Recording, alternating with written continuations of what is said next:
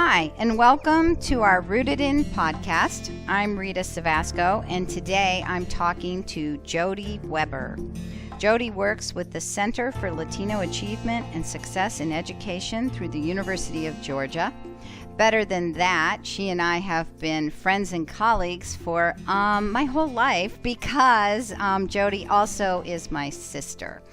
So Jody lives in Athens, Georgia, and she's here today for us to talk about some of the things we always talk about, which are some of the best ideas in education out there. My degree was special ed in elementary education, but I taught primarily students with emotional behavior disorders in high school and elementary, and then moved towards administration, and so was an assistant principal for many years, and then a principal in a variety of school districts in the state of Georgia for many years. After 32 years of all of that, I retired and had the opportunity to work at the University of Georgia, involved with a research grant looking at a pedagogy or a way of teaching, a method of teaching called instructional conversations, where you're really giving the teacher the skills to open the space for children to talk to each other as a way of developing stronger content understanding. So be it math or reading or science and social studies, when the kids are doing the talking, not only can the teacher figure out maybe what they're not understanding, but also the children's understanding is stronger and deeper. So it's through that work, which of course has had multiple parallels and intersections with the work you do, Rita, which has been really exciting. Well, and as a language therapist, it just lights my fire to have this word out, people out there are teaching others that what a difference it makes when we're learning information, when we have to take that information and run it through our own language system, not only our listening system, but to actually have to formulate, now I can't do it myself, actually have to formulate a thought and actually put together what is that I'm hearing, what does that mean to me? And when we do that, when we do verbalize or express an idea in writing, we really gather that information in a way and solidify that information in a way that doesn't always happen when you are just a listener. It can happen over time, I think, as kids get to be proficient note takers. And there is some research out that about writing notes and synthesizing information that way. But most kids, that's a learned process over time. So this idea of educating through conversation just really excited me when Jody first started doing this. And kind of to follow up with what you're saying, in particular when kids are young or while they are still learning things, we find it's really important for them to do that talking out loud. And as you're saying, with each other and having to synthesize and organize their own thoughts to be able to say it out loud in a comprehensible way and then get feedback on what others think about that, etc. But that then in time, after they learn how to do that, then they can internalize that process and do that note-taking and ask themselves questions and reflect on ideas. And it all can happen inside their head. We think the mistake is that we assume children are born knowing how to do that. Right. Or we can just tell them, well, ask yourself these questions. But not understanding there's a lot of work that in between those two things. Right. Well, and I think so yes, and yes. Yes, and even for adults, when you are learning something new, that's the other part we forget. Yes. A lot of this information is so new. And when you're learning something new and you have to verbalize it, you do have to go to another level than you did when it was all in your head. And I think we've all experienced that. Like if you listen to a news report, for example, and then you go home to tell your spouse, oh, I heard something interesting on the news today. I do this so many times. I'm in the middle of trying to explain, and I realize there is this whole depth of information I did not know. And now I'm having trouble actually expressing. I was listening. I was actively listening. I even spent time thinking about it. But it wasn't until I had to verbalize that I actually realized, hey, wait a minute. I don't know this as well as I thought I knew it. And that often is revealed through questions. So if your spouse asks you a question about a follow-up with what you just said from that news story, and you're left with, you know, I'm not sure. They didn't mention that, or they didn't talk, or I'm thinking maybe this. I mean, it's that dialogue that comes back and forth. So it's not you just standing in front of an audience speaking. There's this push and pull from the conversation. Right. And that's really the beautiful part, right? Right. That can be hard to duplicate. It's hard to take time for. Mm-hmm. In my case, because I work with primarily students who struggle, they may have difficulty with conversation. Right. You know, of course, we always talk about the difficulty with their reading and writing skills. So it's not always easy to do. So coming up with strategies to improve and not improve the conversations, but also really facilitate and support a conversation. That's part of what your work is about. Exactly. And so my work is, you know, as you've said, in the public sector. So we're looking at in regular classrooms, or what we call general ed, general education classrooms, how the teacher can create a small group and give students the skills, give them, understand that each one of us have conversation goals. And so for an example, mine is that I tend to interrupt. And I don't interrupt because I want to be rude. There are two reasons that I've identified for myself that make me interrupt. One is I'm excited about what's being said, and I'm just wanting to jump in and be part of it. The other is that I'm afraid I'm going to forget. And what my colleague and I, Dr. Paula Melham, her conversation challenge is that she talks too much. When she gets going, she just doesn't have a pause, because she knows lots. And she has lots that she wants to say about it. And so we have learned, so of course, my goal, because my challenge is interrupting, my goal is to allow other people to complete their thoughts. Paula's challenge is that she talks too much. So her goal is to invite others into the conversation and to build off their ideas. So we have kind of established this little process where when she's talking, if an idea comes through my head, I lift a finger. It alerts her that I have something I want to say. And she can help me if by the time I get to it, I've forgotten what I was going to say. She can, like, oh, I was talking about this, and I can go, oh yeah, you know, and add to it. So with children, we're doing that same thing. We're helping them to recognize what their challenge is and to set a goal for that. So when we're teaching math, science, reading, whatever, we are layering on listening and speaking. And you know, it's interesting. This is a good place for us to start in our conversation, actually, I think, what these conversation goals. So, I mean, it's interesting because we have some family culture background to our conversational styles. And Deborah Tannen wrote a book, I think, like in 1990 or something, yes. called You Just Don't Understand. I love that book. And one of the things, she kind of goes into this, some of the family culture influences on conversation, and she goes into gender influences on conversation, gender habits. But one of the things she talks about are these high interrupters. And Jody and I were both raised in an Italian family where it's just insane. It's insanity.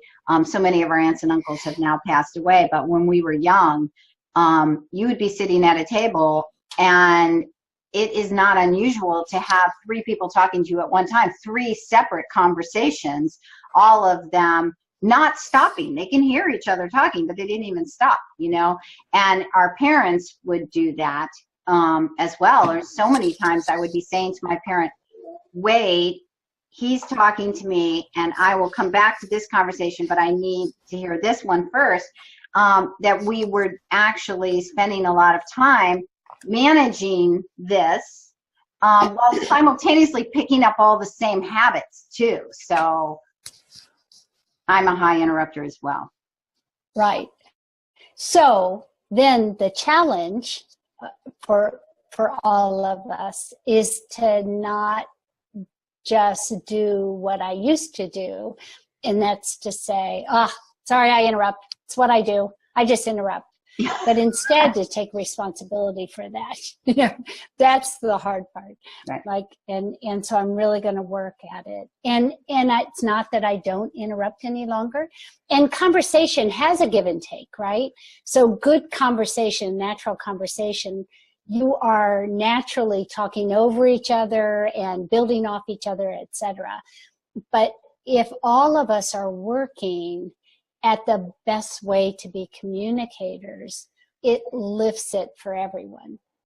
And that is another thing that Deborah Tannen talked about, is that females have this tendency, and again, these are generalizations, so try not to be bothered if it doesn't fit your world, but that females have a tendency to do a lot of like nodding, I know, interjecting, that we interject a lot, and that's our way of saying, I'm with you, I'm sharing this conversation.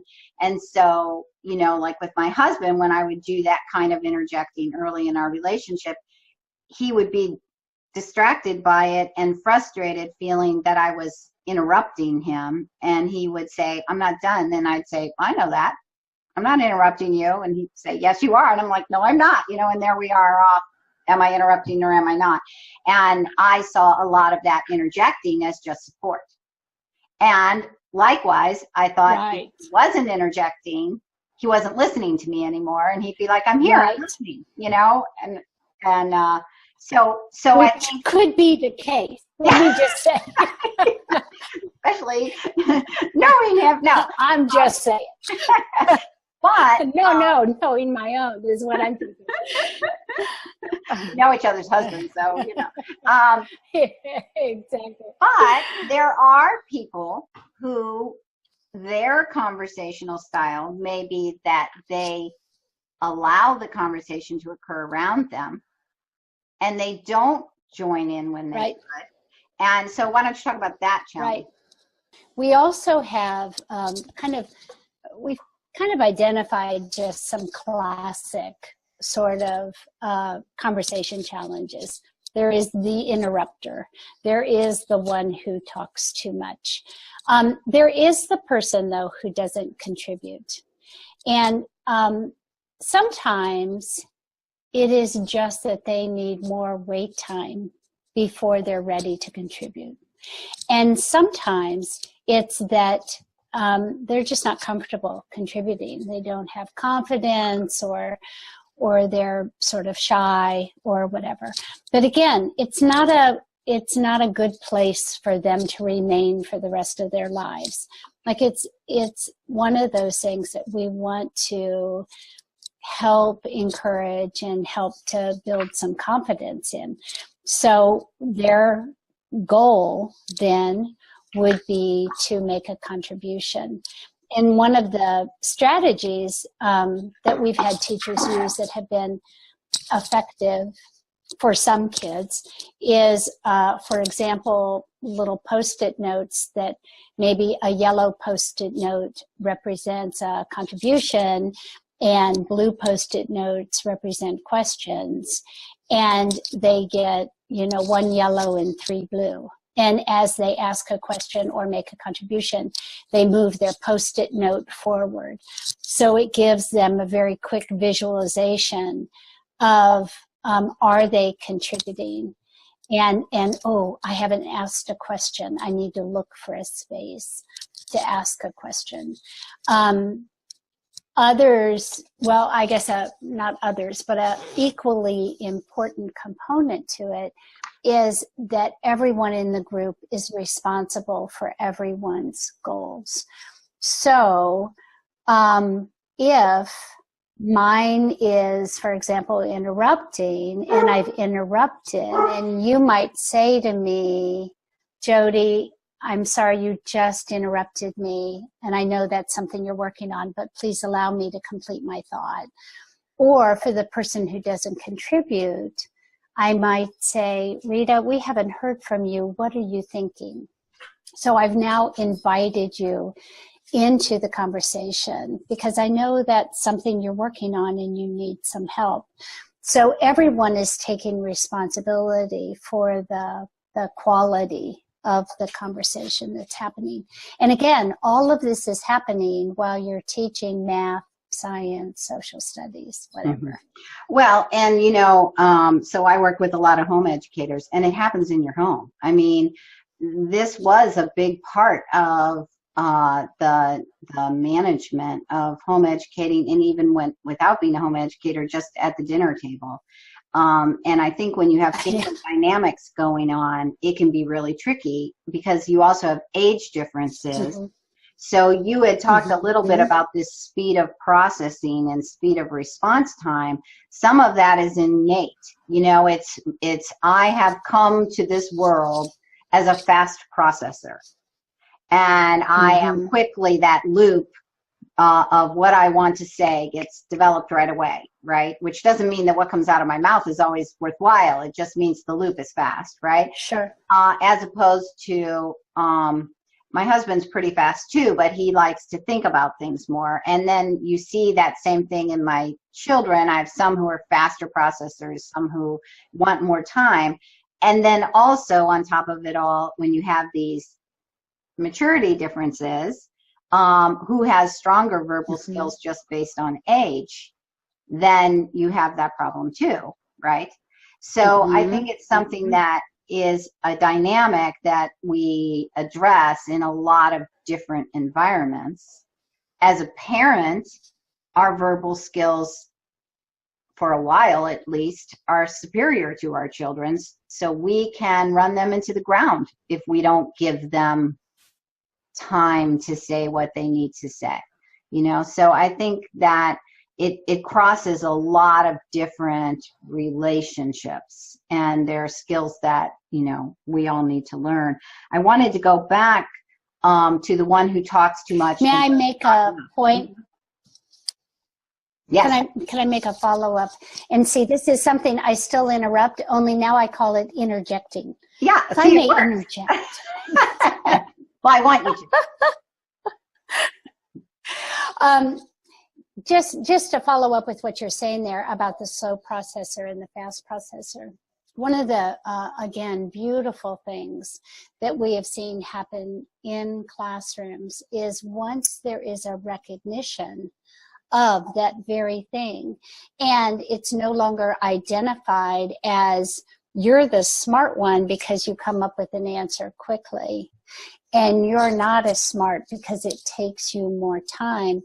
Teachers have helped to frame up for the other children that a person who is quiet is thinking. They're a deep thinker, and they want more time because they're still thinking deeply about that. And then we hear children say things like, Rita, what do you think about that? And Rita doesn't respond right away, and they will say, she's still thinking about it. She likes to think about things before she answers. So just that little shift is huge. It creates a safer environment for all children, and it allows that quiet one or that slower processor to not freeze with the anxiety of they're all staring at me waiting for an answer. But instead, no, my friends are giving me this space and I can take it. It helps the talkative person learn to be comfortable with blank airtime, right? Because that was one of the things I used to work on with my kids. You know, just because there's silence for a minute doesn't mean it needs to be filled. Let people have time to have their thoughts. And, you know, we'd have a guest over for dinner and it'd be like a competition who could talk. And if you had a quiet guest, I would have to try to teach them how to give that person time.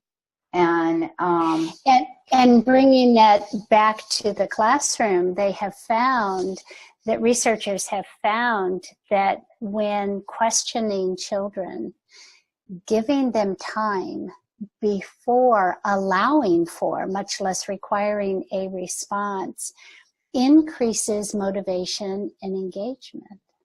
So not only do you get better ideas and better, but it really does motivate and help people really get into the work and the thinking. So I would venture to say that, you know, even in a one-on-one setting for a parent sitting with their child, you know, it's not the driving to the correct answer and spit it out fast, but it's that space in between that is so critical. Mm-hmm.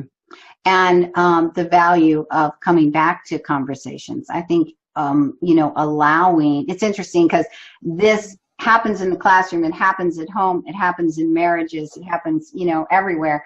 You know, one of the things in marriage ministry that we do, we talk about is when you're in a discussion, it doesn't always have to be a heated one, but certainly good if you are in a heated one, to call a time out and reschedule when you're going to come back and talk about it. Because what you actually say 24 hours later is different than what might come out of your mouth right at that moment. It might be more true to what you actually think than what you may be feeling in that moment. And then throw in social media. Yeah. You know, text each other and see what happens. Yeah. You know? Right. It's too immediate. Right? Yeah. As opposed to when you wrote a letter, it took time to write maybe, and maybe you did some of that more thinking.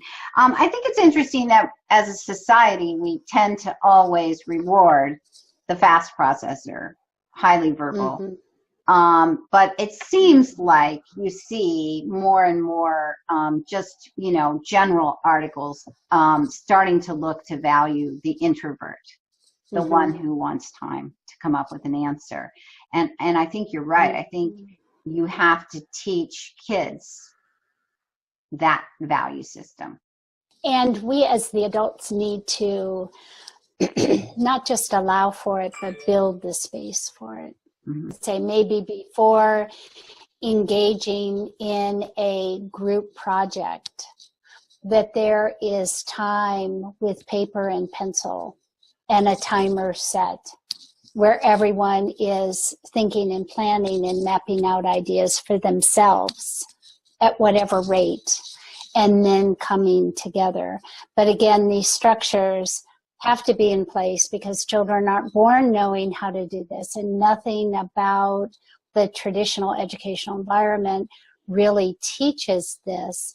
There has to be that the teacher takes time. We start from the very beginning before goal setting, conversation goal setting with norm setting.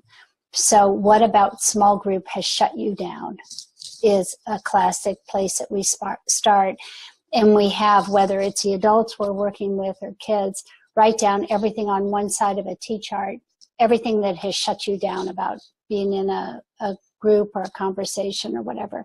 And then what are we going to agree to help make all of that better? And a classic one that comes regardless of the age is some version of assume goodwill. Yeah. Don't assume when you hear me say something, don't assume that I'm being whatever, like ask some more questions. Tell me more about your thinking. I'm not sure I understand what you meant. Can you say that again to me differently? Whatever it is. But all of that is necessary for what we call creating a safe environment. And then we add in what is your personal conversation goal. And then once you know that I'm an interrupter, it helps you to assume goodwill about me, Right. You know, when I do that, like it's one of those things I'm working on. Yeah, I once, when I was in my 20s, you know, and of course that was when I kind of was out in the world realizing not everyone was operating like my family, right? We had met this couple, and I could tell the guy just really was annoyed by me. And you know, we didn't like him anyway, did we? No, we did. I liked him. And I dare him. I could tell that he was annoyed by me. You know, I'm kind of a Labrador. Like, I like everybody. I just assume they're all going to like me. And when they don't, I'm like, why don't you like me? You know, that kind of thing. And so but I'm also kind of forward. And so I said, you know, I feel like I annoy you, and I can tell that it's true, and I don't know why. And I would like to know, because, you know, I enjoy your wife, we're friends, you know, I like you, I don't know where I'm going wrong here. And I have to give him credit. He was able to have an honest conversation with me. And what he said is, I know you're a nice person and I like you and everything, but you interrupt me. You interrupt too much, and it really annoys me. And I was so shocked, because I never really had anyone just say that to me. I was very grateful, because I was clueless. Yeah. And because, you know, in our family, you just, if someone took your place in a conversation, you just talked over them and won, you know? Right. You know, that's kind of how it went. And it was also acceptable, because it was so normal. And I just thought, wow, I did not mean to be taking over, or it wasn't that I was being arrogant, you know, in my intentions. My intentions were good, but my behavior was not good. And I really needed to work on that. Right. So we had a cue when awesome. Yeah. So, you know, I think it's something And so, like, when you think about the people who don't have the confidence or the ability to say, I can tell there's something about me that's bothering you, or the confidence or the skill to say, you know, you seem like a really nice person, but it bothers me that you interrupt. You know, there are so many times we clash into each other, and we don't have the insight or the skill to kind of deal with it. And then to bring all of this back to instruction, because we're not born with all of that. There are plenty of examples of adults who don't possess it, etc., and then be a child. And we're throwing them into these groups, and we're asking them to work together cooperatively. Yeah, right. And then we're shocked when it doesn't work, you know, or what's wrong with them, or who's their mama, or, you know, whatever it is.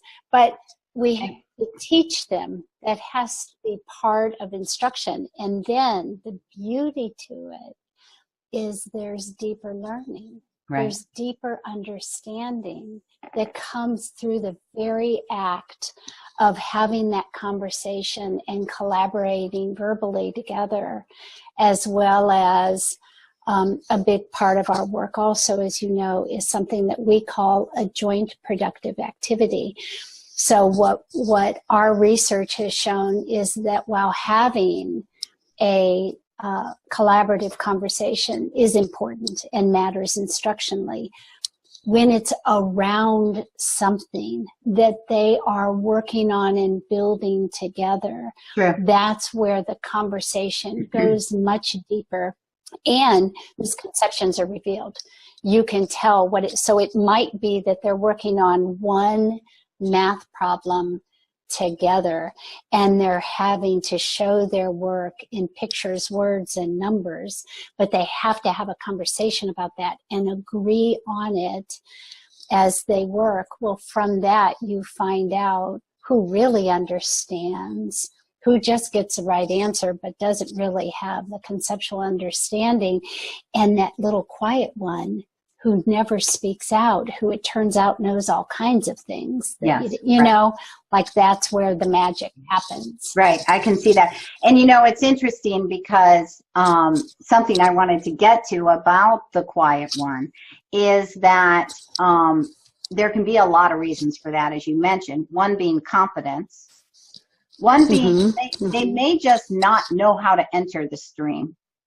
They had something to say, but the opportunity didn't come up in a way that they felt comfortable. Sometimes they just see themselves as the one who just, you know, almost like, well, you all can talk here, and I don't need to do that because I kind of have my own thoughts and I'm okay with that, right? And they kind of don't realize people would like to hear what they have to say.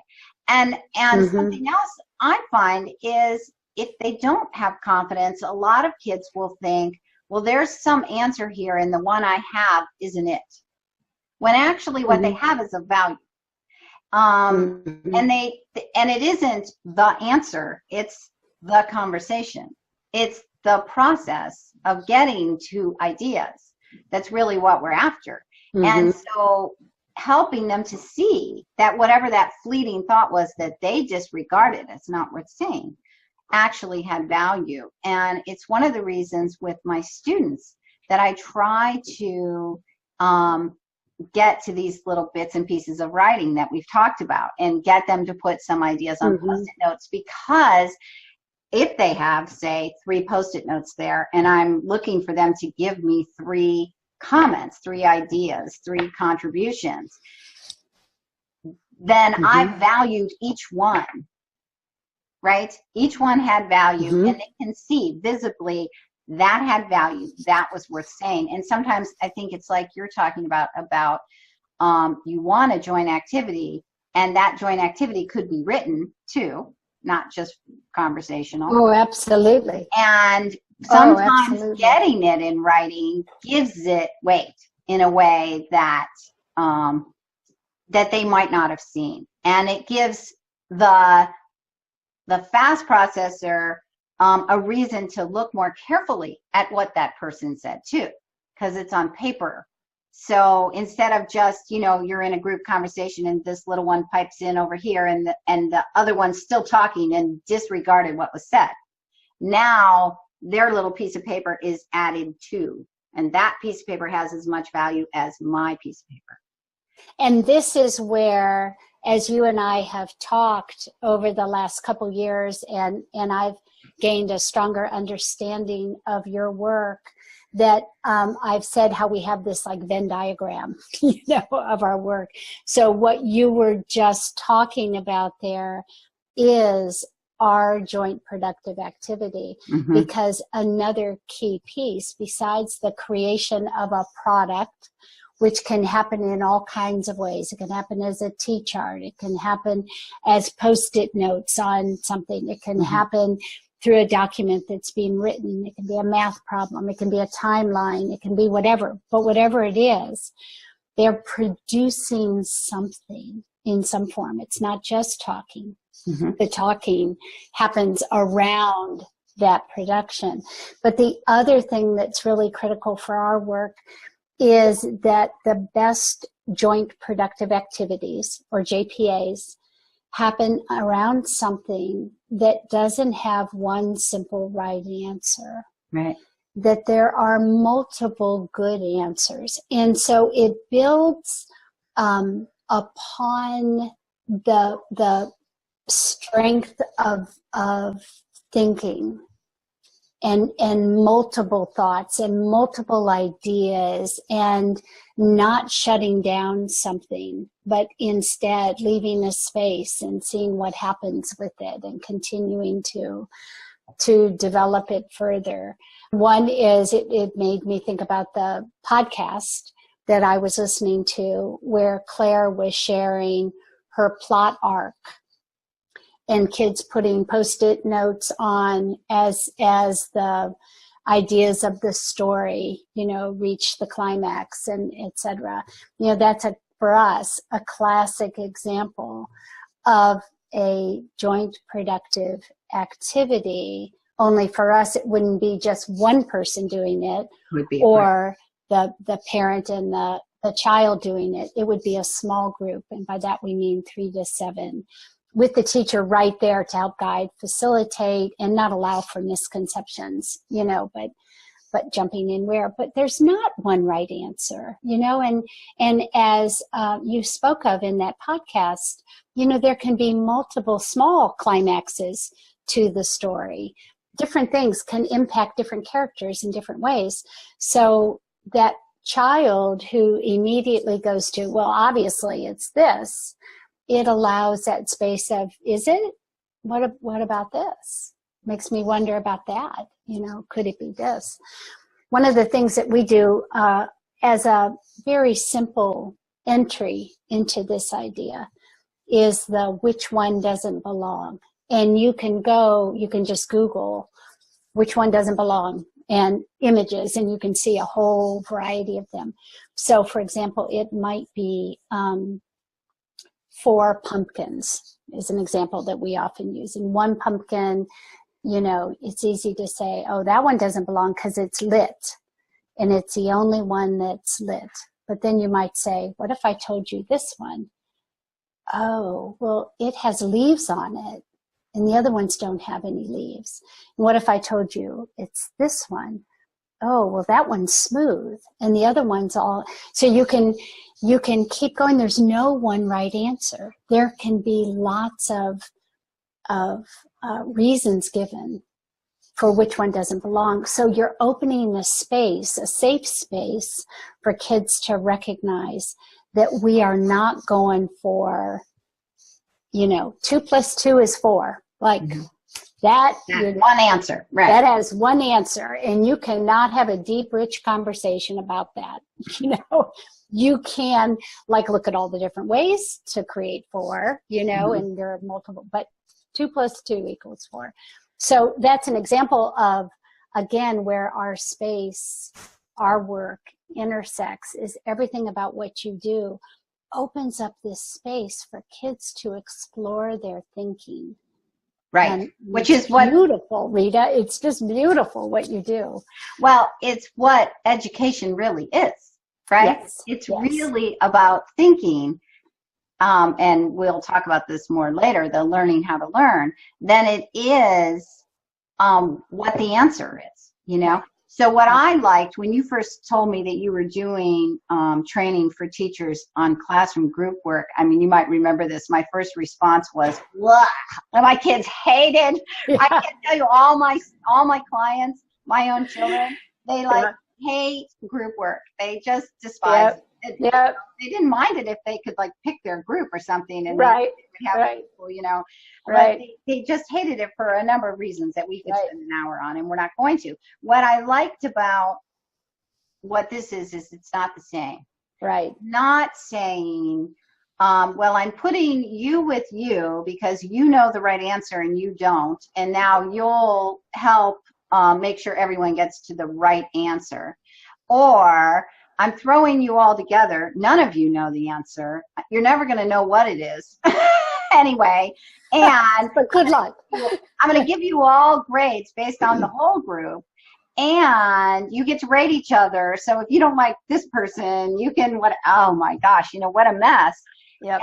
And so you're asking kids to manage the dynamics of group relationships that even as adults we can't manage, right? Right. So that, I think, is what was being rejected. This is different. It is. This is about learning and learning how to learn and learning how to share ideas. Right.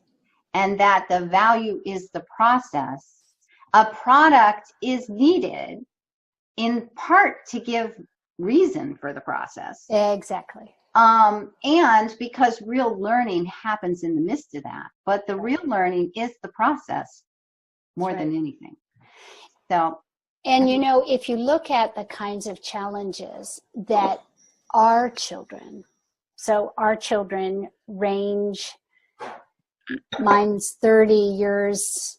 My youngest is 21. So 21. Okay. Yeah. So we go in range from 30 to 21 between our 5 kids between us. So if you look at what has been required of them in college and now in their careers or in graduate school or whatever, they have had to manage to negotiate all kinds of people and all kinds of settings. And in their personal relationships too. Right now.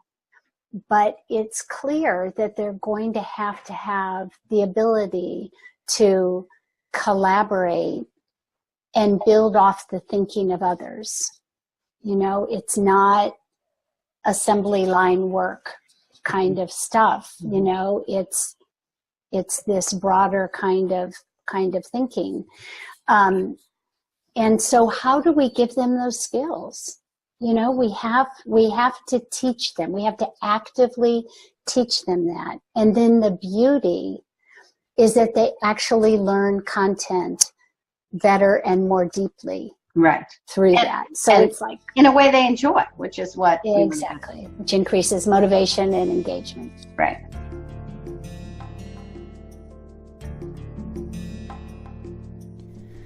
Thank you for listening to the Rooted In podcast. For more information, products, and resources, visit rootedinlanguage.com. Be sure to subscribe to our YouTube channel, follow us on Instagram, and like our Facebook page.